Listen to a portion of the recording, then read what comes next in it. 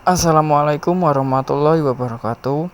Perkenalkan kami dari kelompok 12 Makul Patologi dan Rehabilitasi Sosial yang disusun oleh saya Muhammad Sarul Hassani, Rizky Fadilah, dan Dewi Aisyah.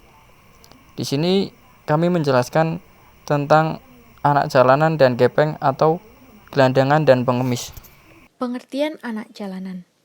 Menurut B.S. Bambang pada tahun 1993, istilah anak jalanan pertama kali diperkenalkan di Amerika Selatan, tepatnya di Brasilia dengan nama Meninos de Ruas, untuk menyebut kelompok anak-anak yang hidup di jalanan dan tidak memiliki tali ikatan dengan keluarga. Kemudian PBB juga menjelaskan bahwa anak jalanan adalah anak yang menghabiskan sebagian besar waktunya di jalanan untuk bekerja, bermain, atau bahkan beraktivitas lainnya. Biasanya, anak jalanan tinggal di jalanan karena dicampakkan atau tercampakkan dari keluarga, yang mungkin tidak mampu menanggung beban karena kemiskinan dan kehancuran keluarganya. Pada umumnya, anak jalanan juga bekerja sebagai pengasong, pengamen jalanan, pemulung, dan juga pengais sampah. Tidak jarang juga mereka mengalami atau menghadapi resiko pemerasan, perkelahian, dan bisa juga mengalami kecelakaan lalu lintas. Kemudian menurut Tata Sudrajat, ia membagi anak jalanan menjadi 3 kelompok berdasarkan hubungan dengan orang tuanya.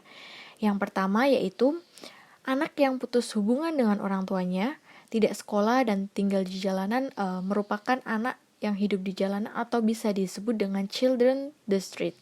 Kemudian yang kedua, anak yang berhubungan tidak teratur dengan orang tuanya, kemudian tidak sekolah, tidak kembali ke orang tuanya sesekali.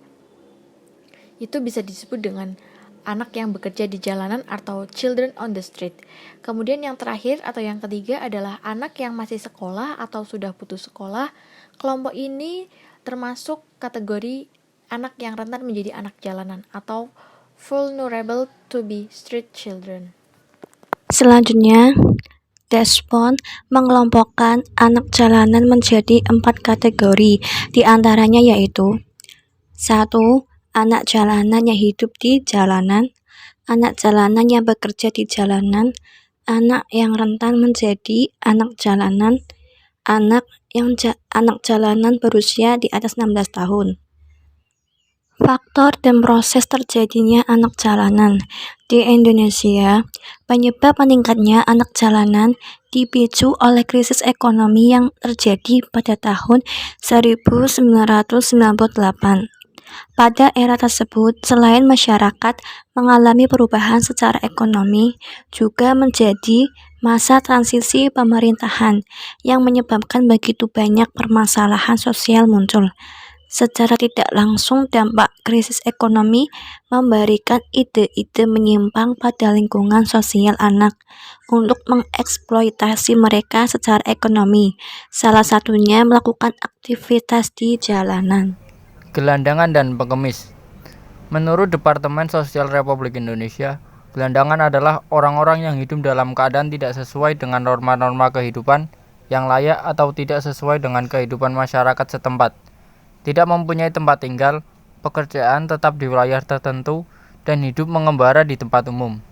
Sedangkan pengemis adalah orang-orang yang mendapat penghasilan dari hasil meminta-minta di muka umum dengan berbagai macam alasan untuk mengharapkan belas kasihan dari orang lain.